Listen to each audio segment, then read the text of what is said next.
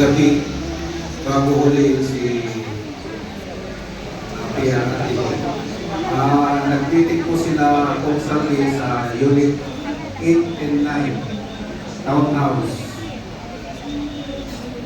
Kasama sila former Speaker Francisco. Sino kami? Santiago.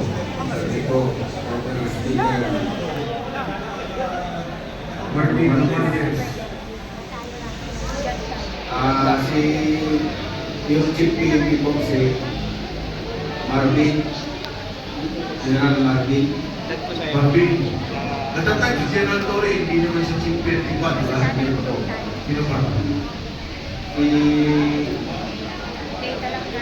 Tudoro Ibo. Sudoro. Tudoro. Sama ko sila. Saka si Trillanes. Trillanes. Di ba na?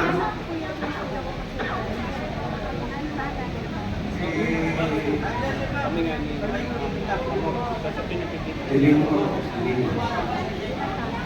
Leila Dilimo. Sino ba?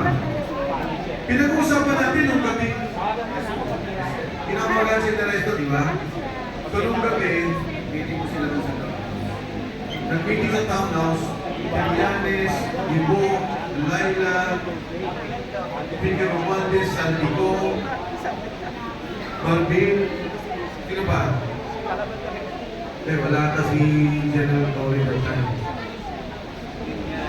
Yung ako yung nakakausap. General niya wala. Kaya dumating ako kasama din. General Anto. Kayo magkasama. Nung gabi yun. Kami yung concern yung nakabamatay. Okay. Meron bang pagkakataon na kay Jojo Catis na kaharap ninyo? Dahil lumalabas yun sa kwento eh. Sa tama rin, yung delivery. Meron ba nakasama dito? Wala. Yung nag-deliver kay Jojo Catis sa tama rin. Ikaw? Yes, sir. Kaya kita kami dalawang beses. December 2 at saka December 5, 2020. Yung si Jojo Catis nag-deliver kayo? Sir, ang pagkawang ko, sir, kung pumapasok ako dun sa may gate ng Nara, tinatanong sa akin yung guard kung saan. Ang sabi ng AA, Terry Tamarin. At ang binabagit ng guardia, Nelson ko. Huli na lang po namin nalaman na Jojo Catis pala. So nakapag-deliver kayo lipatan sa kotse kay Jojo Catis? Pag-ulit, sir? Meron kasi kinikwento ng hearing na iba yung deliver sa Tamarin. 30 pala yung 30. Yes, sir. Terry Tamarin. South Forest, Makati. May delivery ba kayong ginawa na kay Yusek Jojo Catis? Kasama ka ba doon?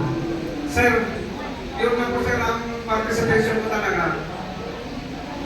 December 2 ang una. Tama, yun ang nasa Senate na ito, di ba? December 2. Yung sinasabi ni Sandy ko, sa video niya. Yun nga po, sir, pero ang pagkabumapasok kasi ako, sir, ano eh, ang sabi niya, yung guardian is Nelson ko. Pero huli na lang pala, sir, nalaman mo na Jojo Catis. Naglagay kayo sa maleta sa kotse niya. Sir, ang makaiinarot, sir, ang consent doon ng pagbaba. Okay, idudugtog ko sa tarong ni Agent Morales. Kasi sa video ni Sandy ko, ang sabi niya, nag-deliver ako ng 1 billion, December 2 ata, December 4. December 2, sir, at saka December 5, 2024. Yan. Na isang 200 million at isang 800 million. Totoo, sir, kasi marami talagang maleta yun. At yung daw perang yun ay para kay Pangulong Bongbong Marcos. Sabi ni Sandy ko. Hindi ko na alam, sir, kung kay Buko nga talaga yun o basta ako, sir, nag-drive lang. Kuya, may tatanong ako sa inyo. Pamilyar ba kayo dun sa inilabas na mga litrato ni Saldico patungkol doon sa mga maleta? Pamilyar ba kayo? Mayroong mga ipinost sa FB itong si Congressman Saldico na mayroong mga description. Katulad, halimbawa, dito November 15, mayroong mga maleta, litrato ng mga maleta na nakalagay cash out. 28 packages, 1 billion delivered to Romeo. Sino tong AA? Kung walang billion. Yung code ng AA, double Romeo. Pakisagot, sabi na lang. Romualdez. Double R. Sino Romualdez ito?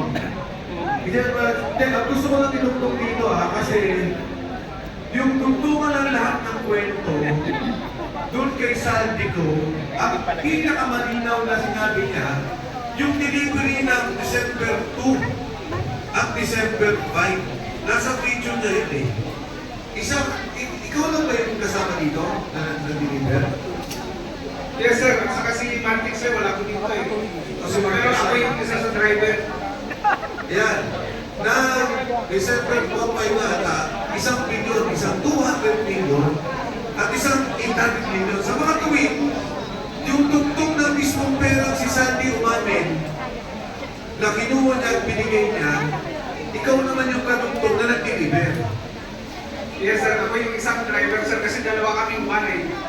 Ang ibig ko pong sabihin, lahat kasi ng kwento ng mga sundalo, nag-deliver ng pera pero hindi natin maitigit kung ano yung eksaktong pinanggalingan, bakit binigay ni Saldico. Pero itong delivery na to, sinabi ni Saldico, humingi ng 1 billion si Presidente, nag-deliver ako ng 200 million at isang 800 million kay Jojo Cadiz. Dahil doon sa 30 Tamarin, malapit daw sa bahay ni Presidente, ikaw pala ang isa sa mga kasama. Yan o ang malinaw na tugtog doon sa delivery ng pera. Okay, balikan ko to, Sarge. Kumin, tawag na to. Okay, describe naman. Ano? Sa bahay.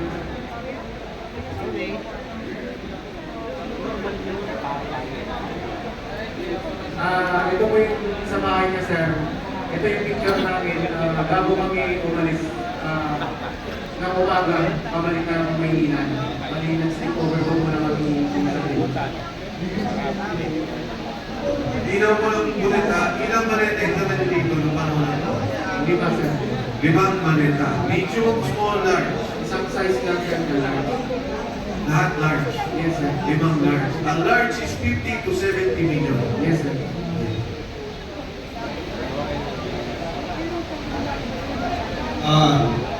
Talastas muna po. Magandang hapon po, mga kababayan. Nagdirado General Romeo Boquesco po, ang chairman ng United People's Initiative. Nandito po yung aming presidente, si Attorney General Ferdinand Garcia, Secretary General si Captain Ray Paleros, si kanina si Attorney Harold Respicio, yung aming chairman sa Luzon. Nandito po yung aming chairman sa Visayas at Mindanao ng UPI. Nandito po kami para suportahan ng ating mga magigiting na mga Grade 18 sa yung kanilang mga kasama na Fitness 14. Okay? Dispayado po yung UPI dahil ang inaasahan mo nating supposed to be Blue Ribbon Committee meeting ngayon ay hindi natuloy. Dahil alam naman natin, marami mga panggigipit, pangaharas, panangakot ang ginagawa ng ating gobyerno. Kaya itong ating mga ating itong mga senador ay hindi dumating ngayon. Andito kanina si Senator Raimi, pero hindi pinapasok, malis. Ngayon, inaasahan natin sana na dumating sila para bumatuloy. At Senator Robin pala, dito rin po. So dito po, nangangulugan na talagang magulo yung ating bayan kung ating mismong Senado ay nagkaroon ng ganyan. Merong dalawang Senate President. Merong dalawang Blue Ribbon Committee. Ang gulo-gulo, hindi malaman kung sino leader. Meron tayong Blue Ribbon Committee dito sa isang private na lugar, dito sa Senado. Anyway po, hindi lang po kami sumusuporta sa mga private in Philippines 14, kundi sumusuporta rin po sana kami dito sa Blue Ribbon Committee hearing, kaya kami po yung nandito. Sinusuportahan din po namin yung lahat ng mga kababayan natin na gusto malaman yung katotohanan dito sa nangyayari matinding corruption dito. Anyway po, last month, nung nakarang buwan, ang UPI po ay nag-conduct ng no holds barred meeting. Itong no holds barred, ibig sabihin kung baka sa boxing pwede lahat, pwede siko, pwedeng na confrontation ito ng mga sundalong ito, ng mga grade 18 sa mga seniors nila, hindi lang mga officers, kundi mga generals ng police, military. Diyan po yung mga dati mga first staff. Ang confrontation po na ito ay hindi lang ordinaryong meeting kung saan ang mga lower ranking enlisted personnel ay haharap sa kanilang mga commander o yung mga general. Ito ay dapat matunayan nila na ang sinasabi nila ay totoo. Lahat ng kanilang kilos na tagalaw na, pati pigit ng mata nila ay ino-observahan ng mga general nito. Pati yung kanilang boses, malalaman nila kung nagsasabi sila totoo o hindi. Dahil marami po ang bumabati ko sa kanila, marami po ang sinasabi nila mga dishonorable soldiers. Pero hindi po, dishonorable discharge, sabi nga ni Atty. Palibot, hindi ibig sabihin ng dishonorable, at immoral ng mga soldado na yan. Marami po dyan dishonorable discharge dahil nagawon. At bakit po siya nagawon? Dahil may problema sa pamilya, hindi nakapalik sa limit. Kaya ang tawag po doon ay dishonorable discharge. Ngayon, sila nandyan. Bakit sila lumabas? Bakit sila nag-aapsa na ganyan? Bakit sila nagsasalita ng mga matitinding akusasyon sa mga matatas na pinuno sa gobyerno? Hindi dahil sa unang buwan, dahil sila ay mga Pilipino, mga sundalo. Yun ang gusto natin. Bakit sila magsisinungaling? Ano mapapalanan nila sa magsisinungaling sila? Kaya kami sa UP ay naniniwala na yung mga itong mga sundalo nito na nag-aaral ng buhay, pati pamilya nila, ay nagsasabi ng totoo. Ito ang dapat malaman po ng buong sambayan ng Pilipino. Kaya pagpatuloy po natin. Kaya wala man po dito yung mga senador, hindi man po natuloy yung ating Blue Ribbon Committee. Ang suggestion po kay Congressman Mike sa kay Atty. Palibot, ito rin lang po natin. Okay? I-convert natin People's Tribunal, People's Court of People's Hearing na tulad dito. Kung saan tulad ng ginawa namin doon sa tawag dito, no holds barred, pati kayo, mga audience, mga media, pwede kayo magtanong. Lahat ng mga gusto niyo itanong sa kanila, lahat ng mga bukas wala doon sa kanilang sinumpang salaysay, pwede itanong. At sila nakahanda sila, tulad ng ginawa nila noon sa no holds barred, sila ay manindigan po nila lahat ng mga nakita nila, yung personal na experience mo nila, ang lahat po ng kanilang mga sinabi. Yun lang po. So maghanda po kayo, kung sino man po ang gusto mong tanong mamaya, bibigyan po namin kayo ng tatanong. Maraming salamat po. Thank you. Thank you, General Cookies. Balikan ko lang ulit yung kay Jojo Valis, interesado lang ako. December 2, tama rin. Opo, sir. 2024. Sandali po, may kasunod pa po yan ha.